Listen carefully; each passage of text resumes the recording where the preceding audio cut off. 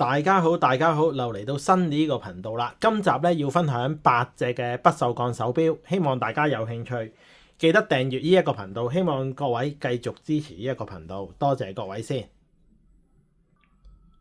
第一隻要介紹呢個卡地亞啦，山道士系列最大裝嘅 XL。咁呢隻手錶個直徑咧就38，高咧就51。咁一個招牌嘅錶面啦，米白色錶面配上數目字。咁呢啲鑽石咧，全部都係後鑲嘅真鑽石後加石嚟嘅。嗱，俾大家睇下先。手錶都9成新㗎啦，個狀態，大家去睇下。咁後加石就抵玩好多啦。一條原裝帶，呢條帶大約有8成新左右啦。一個原裝扣。一個原裝接扣，咁戴上手俾大家睇下啦。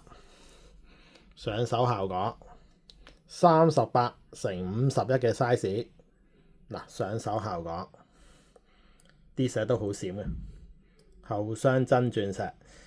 咁呢隻就單錶一隻嘅，單錶價錢31,500蚊，31,500，睇下邊位師兄有興趣啦。第一隻嘅手錶，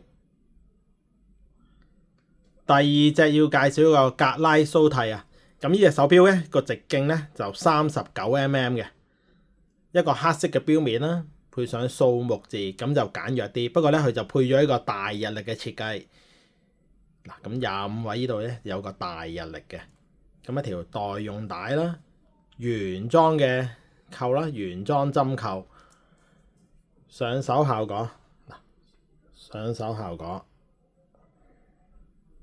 咁一個黑色錶面配上大日曆，睇埋個價錢啦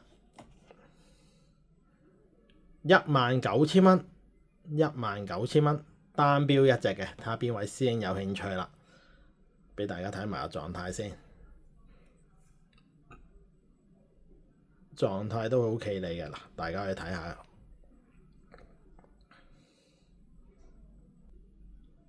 第三隻要介紹愛馬仕啊，呢隻手錶咧就40mm嘅，一個黑色嘅錶面啦，有配上數目字嘅，咁呢個有小秒針啦，係啦，大家都睇到嘅。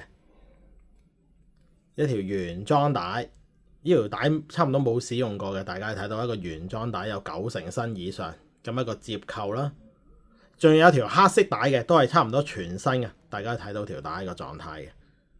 40mm 呢隻手錶，近鏡俾大家睇下先。40mm 上手效果，咁呢隻手錶咧就2021年全套齊全嘅，全套齊全，隻手錶都有9成新以上，因為都好少戴，睇條錶帶就知道噶啦。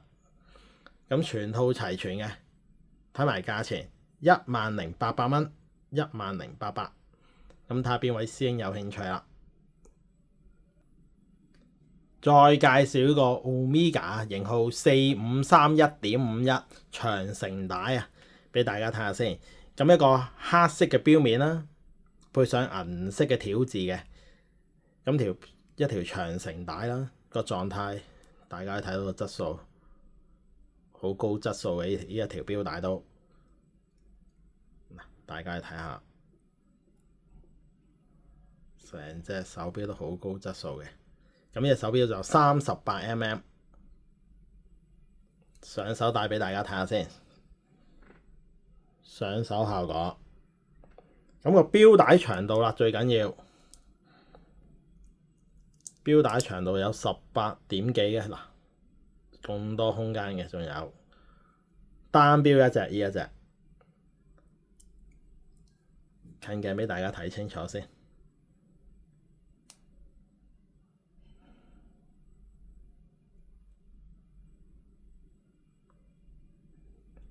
睇埋個價錢啦，17,800蚊，17,800蚊，咁睇下邊位師兄有興趣。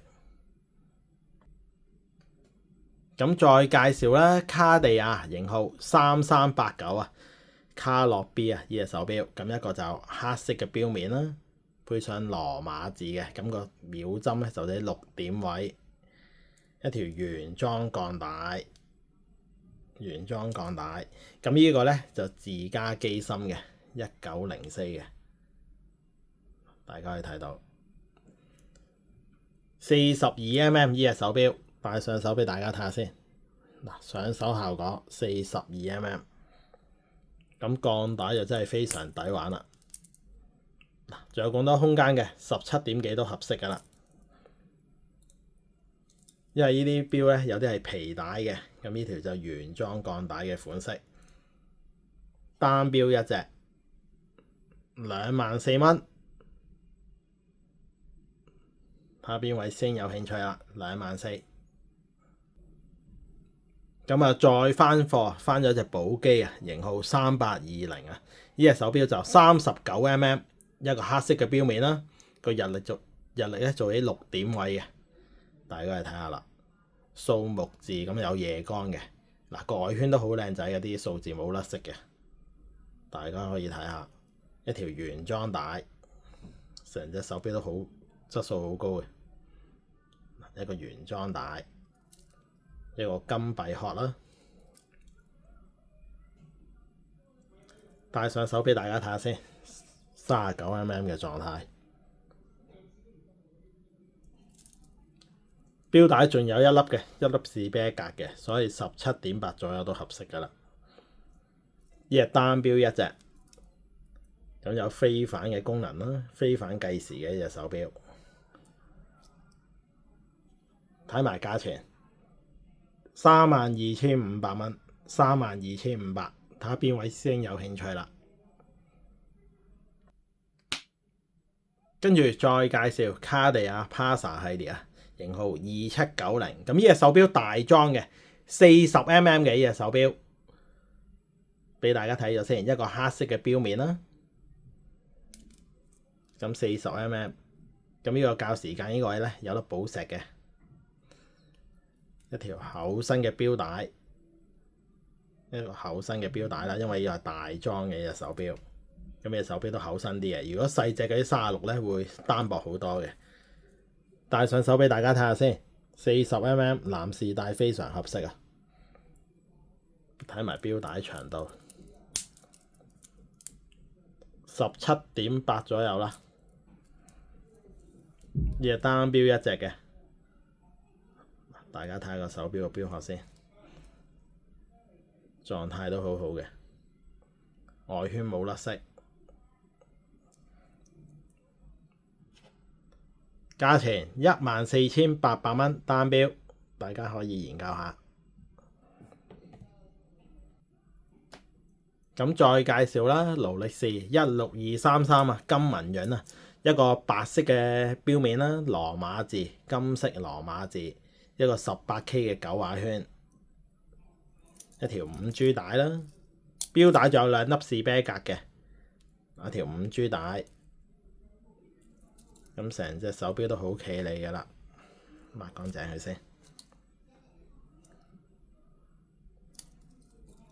36mm， 嗱，36mm 上手效果。呢啲都唔需要多介紹㗎啦，最緊要睇下個質素。嗱，啲皇冠都好清楚嘅。咁單錶一隻嘅，呢就3135機芯啦。單錶一隻41,800蚊，睇下邊位師兄有興趣啦。咁呢8隻手錶，如果邊位師兄有興趣咧，記得 WhatsApp 62064288，多謝各位，歡迎實體店交收，多謝各位先，多謝。